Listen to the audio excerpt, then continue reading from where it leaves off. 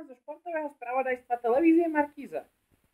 Prinášam vám rozhovor s našim obľúbeným športovcom LeBronom Mayerom, ktorý neprekonateľne predčil všetkých športovcov. Povedzme si, čo nám povedal. A pri mikrofóne máme LeBrona Mayera. LeBron, ako sa vám páčil otvárací ceremoniál olympiády v Riu? Tak, mal niečo do seba, ale ja som sa ho nezúčastnil. Ja osobne sa sústredím na výkony, nie na tieto veci.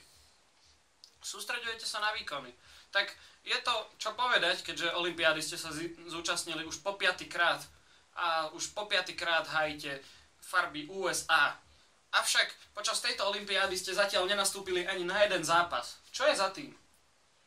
Tak mám dlhodobé zranenie, a čo už koleno ma trápi, ale tak nominácii som sa nevyhol. Tréner vravil, že treba ma tam, tak ma tam treba. Môžem sa spýtať, prosím, otázka z produkcie.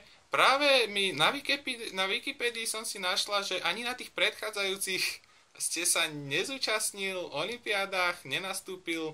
Viete k tomu niečo povedať? Myslím, že... Zoberte ju preč. Ja som redaktorka. Prosím, zoberte ju preč. CNN. Prepáčte, pán LeBron Mayer, ospravedlňujeme sa. Ja mám na vás ešte ďalšiu otázku. Ako vyzerá taký váš bežný deň na olympiáde? Tak, trénujeme, ráno sa najem, trénujeme aktívne s chlapcami, všetci si to chvália, je to tam, potom sa naobedujem. A posledná veľmi očakávaná otázka. Váš manažer, Kubo the Manager, spomínal, že vraj túto sezónu budete znovu meniť klub.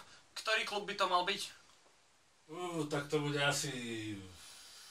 Ešte to je... tak nejaké zákulisné informácie, nejaký Red Hawks. Možno, uvidíme. Takže Red všetko Hawks je to v režii Kuba.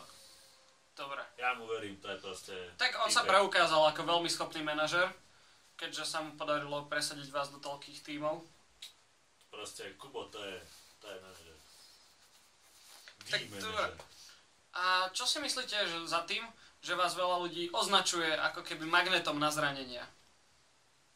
Počas posledných sezón ste totiž neodohrali ani jeden zápas, a aj tak ste sa dostali do reprezentácie. Kto to je zač? Prosím, čo sú za otázky? Ospravedlňujeme sa vám. Dobre, tak ja vraciam teda slovo do štúdia mojej kolegyni. Ďakujeme za rozhovor.